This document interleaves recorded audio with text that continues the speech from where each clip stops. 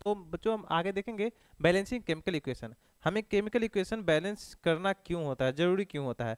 तो हमने 9th class में, है ना, पढ़ा होगा law of conservation of mass.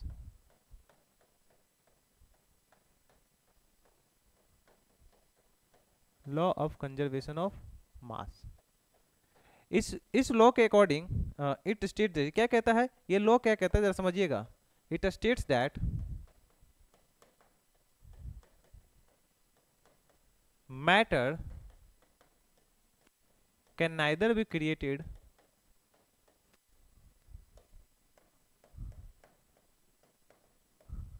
nor be destroyed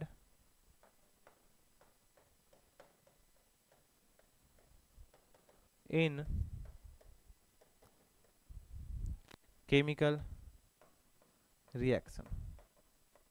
मतलब केमिकल रिएक्शन में अगर हो रहा हो तो कह रहा है कि ना तो मैटर डिस्ट्रॉय होगा और ना ही क्रिएट होगा। मतलब जो रिएक्टेंट था वही प्रोडक्ट में बदलेगा, अलग से ना तो कुछ चीज ऐड होगी और ना ही इसमें से कुछ चीजें निकलेगी।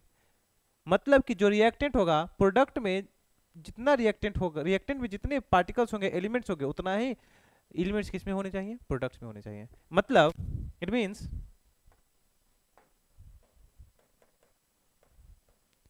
Means number of element should be equal in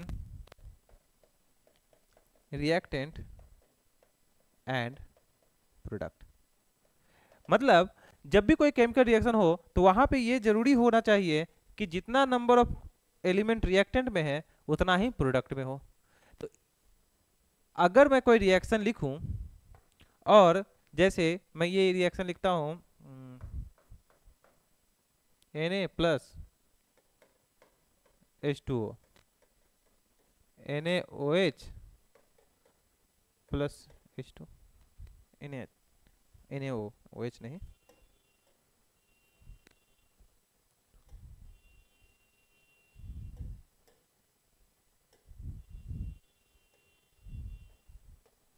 Na2O plus OH2। अब आप देखिए यहाँ पे रिएक्शन जब हो रहा है तो आप देख सकते हैं क्या कि यहाँ पे एक सोडियम है, यहाँ पे 2 सोडियम है, यहाँ पे दो हाइड्रोजन है, यहाँ पे 2 हाइड्रोजन है, लेकिन सोडियम का नंबर यहाँ पे है ना। तो number of elements in reactant is not equal to the number of elements in product. तो हमें जरूरत होती है इसे बैलेंस करने की, जिससे law of conservation of mass जो हो वो सेटिस्फाई करे, उस लॉ को ये सेटिस्फाई करे। ठीक है, तो हम क्या करेंगे, यहाँ पे हमें ज्यादा कुछ नहीं, बस यहाँ पे 2 सोडियम का को लेना होगा। अब 2 सोडियम को लेंगे तो देखिए हमारे पास क्या बन गया है, NaO प्लस H2। देखिए वैसे आपने ये भी रिएक्शन पढ़ा होगा, Na प्लस H2 और रिएक्शन में बनता होगा NaOH प्लस H2। देखिए ये जब रिएक्शन हो रहा होता है, सोडियम और वाटर जब रिएक्ट करते हैं तो बनता तो सोडियम हाइड्रोक्साइड और हाइड्रोजन गैस ही है, लेकिन ये 2 स्टेप में होता है। जो पहला स्टेप होता है हमारा ये होता है, और जो ये हमारा है वो सेकेंड स्टेप होता है। पहले स्टेप में जब सोडियम वाटर के साथ रिएक्ट करता है तो बनाता है सोडियम ऑक्साइड और हाइड्रोजन गैस हवा में रिलीज कर जाते हैं। और ये जो सोडियम हाइड्रोक्साइड है, सोडियम ऑक्साइड है, ये फिर से मौजूद पानी में ही रहता है और ये फिर से वाटर के साथ रिएक्ट करता है और बनाता है NaOH। ठीक है, तो इसको हम कैसे कर लेंगे, यहाँ पे 2 लगा देंगे। आप देखिए 2 सोडियम, 2 ऑक्सीजन और 2 हाइड्रोजन। देखिए तो ये हमारा होता है, इस रिएक्शन को समझिएगा। जब हम सोडियम और वाटर का रिएक्शन करते हैं तो प्रोडक्ट में बनता है sodium hydroxide and hydrogen gas, लेकिन ये डायरेक्ट नहीं बन पाता।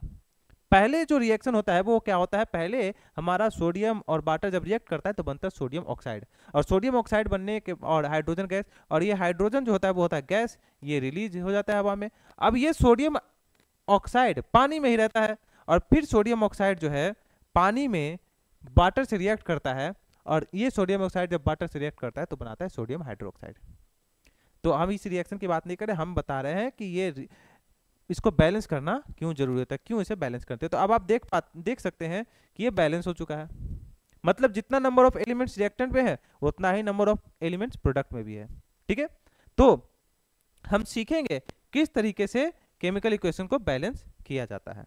ठीक है, तो नेक्स्ट स्लाइड में चलते हैं और लिखते हैं हाउ टू बैलेंस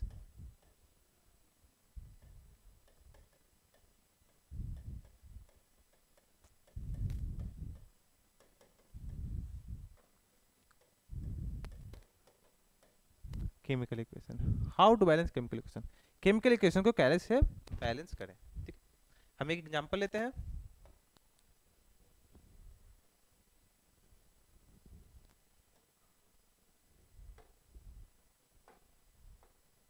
जैसे हमारे पास है ये example, for example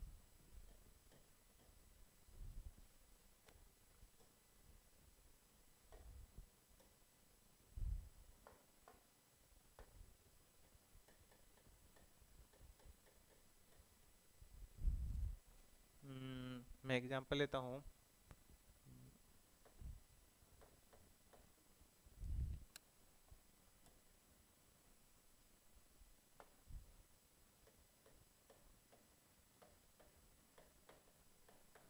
Na plus HCl, और जब ये रिएक्ट करेगा तो क्या बनाएंगे, NaCl प्लस H2।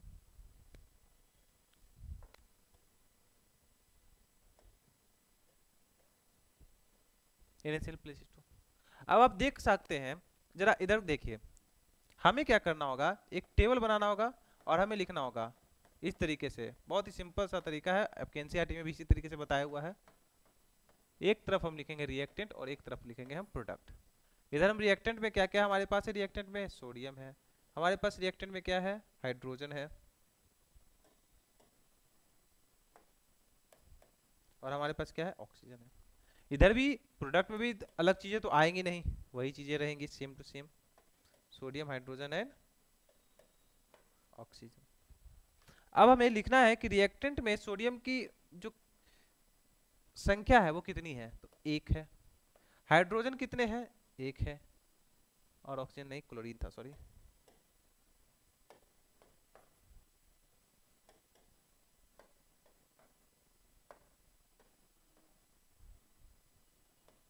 क्लोरीन कितने, एक। प्रोडक्ट में सोडियम कितना है, 1। क्लोरीन हाइड्रोजन कितने हैं, 2, और क्लोरीन कितने हैं, 1। अब हम देख पा रहे हैं कि रिएक्टेंट और प्रोडक्ट में जो एलिमेंट्स की संख्या है वो इक्वल नहीं है, बराबर नहीं है। ये law of conservation of mass को फॉलो नहीं कर रहा है, तो हमें इसे क्या करना होगा, बैलेंस करना होगा। तो हम देख पा रहे हैं कि सोडियम और ये सोडियम दोनों में सोडियम की संख्या तो सेम है, ठीक है, लेकिन हाइड्रोजन इधर एक है और उधर 2 है।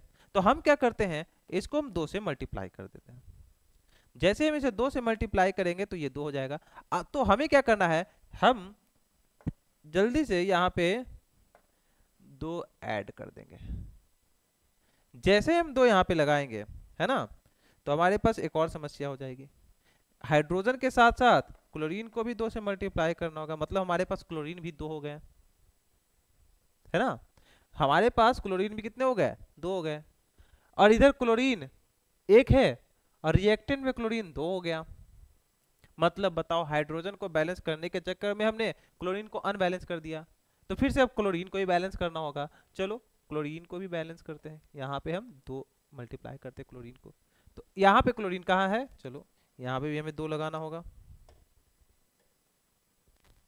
जैसे हमने क्लोरीन पे 2 लगाया तो हमारे सामने एक और समस्या खड़ी हो गई। क्या हम देख पा रहे हैं कि अब हमें सोडियम को भी 2 से मल्टीप्लाई करना होगा। ये 2 हो गया, ये भी अब 2 हो गया। तो अब हम देख पा रहे हैं कि हमारा हाइड्रोजन दोनों तरफ, हाइड्रोजन के एलिमेंट दोनों तरफ सेम है, क्लोरीन के भी एलिमेंट दोनों तरफ सेम है। अब अनबैलेंस क्या है, तो सोडियम है, और सोडियम एक तरफ 2 और एक तरफ 1। तो फिर से हम क्या करना होगा, इसको 2 से मल्टीप्लाई कर देंगे, हमारे पास सोडियम भी इधर 2 हो जाएगा। और हम ये जो है, अभी आप देख पा रहे हैं, ये जो हमारा इक्वेशन है ये क्या हो गया, ये बैलेंस्ड इक्वेशन हुआ। और जो पहले था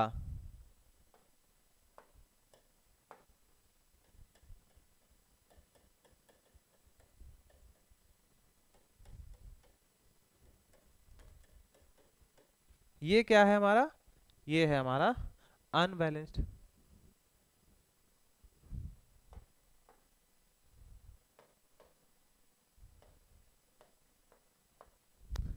ये है अनबैलेंस्ड केमिकल इक्वेशन। और ये क्या हमारा बैलेंस्ड केमिकल इक्वेशन। तो इस तरीके से हम केमिकल इक्वेशंस को बैलेंस करते हैं। ठीक है, एक और एग्जांपल लेकर देखते हैं। चलिए,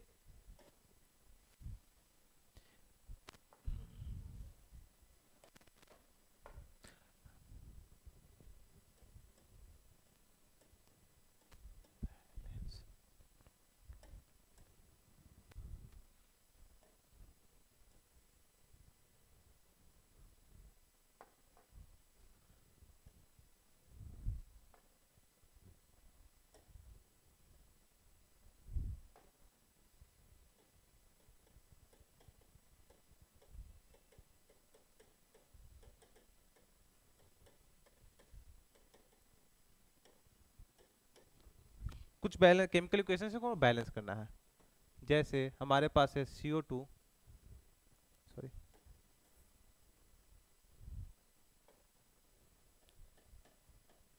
CH4 प्लस O2, इसको बैलेंस करना है। दूसरा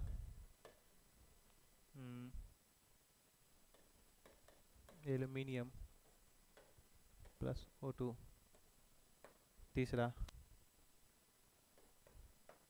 कार्बन डाइऑक्साइड प्लस H2O। जब ये रिएक्शन होगा तो बनाएगा CO2 प्लस H2O।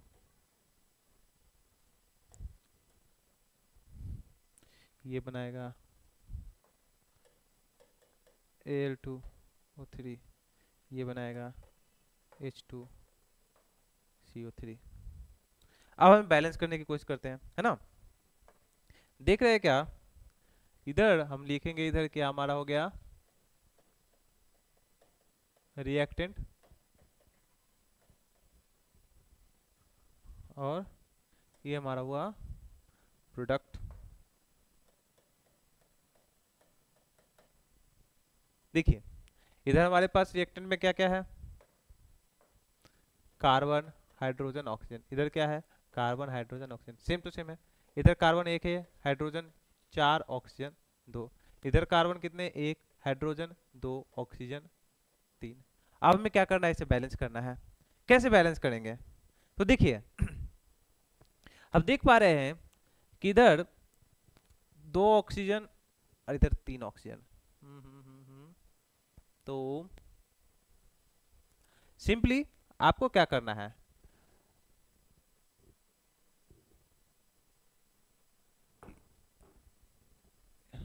यहाँ पे 2, यहाँ पे 2 2 4 2। हम यहाँ पे इस हाइड्रोजन को 2 से इस हाइड्रोजन को 2 से मल्टीप्लाई करेंगे तो 4 हो जाएगा। जैसे इस हाइड्रोजन को 2 से मल्टीप्लाई करेंगे तो ये 4 हो जाएगा। ये तो बैलेंस हो गया, लेकिन यहाँ पे ऑक्सीजन जो है 2 और 2, तो इसमें एक ऐड हो जाएंगे और ये कितना हो जाएगा, 4। अब कैसे 4 हुआ, देखिए यहाँ पे 2 पहले से था और एक ये था। जब इसको हमने मल्टीप्लाई किया 2 से तो हाइड्रोजन तो 4 हो गया, लेकिन ऑक्सीजन एक था और एक को 2 से मल्टीप्लाई करेंगे 2 हुआ, तो एक ही तो एक्स्ट्रा ऐड हुआ है, तो 3 1 4। ठीक है, हमें ये क्या करना होगा, तो हम देख रहे हैं कार्बन अब बैलेंस हो गया, हाइड्रोजन बैलेंस हो गया, ऑक्सीजन बचा। ऑक्सीजन इधर 4 है, इधर 2 है, बस इसको 2 से मल्टीप्लाई कर देंगे, 4 बैलेंस्ड हो गया। अब देखिए दोनों तरफ एक कार्बन, दोनों तरफ 4 हाइड्रोजन और दोनों तरफ 4 ऑक्सीजन बैलेंस्ड हो चुके हैं। देखिए 2 2 4, इधर 2 2 4 ऑक्सीजन, 4 हाइड्रोजन 4 हाइड्रोजन और एक कार्बन। ठीक है, तो ये बैलेंस हो गया है। अब हम सेकेंड एग्जाम्पल को देखते हैं। एक सेकेंड माफ कीजिएगा।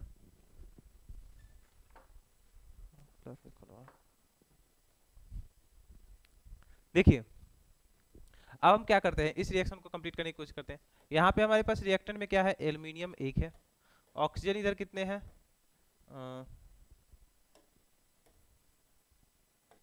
ऑक्सीजन यहाँ पे हमारे पास है 2।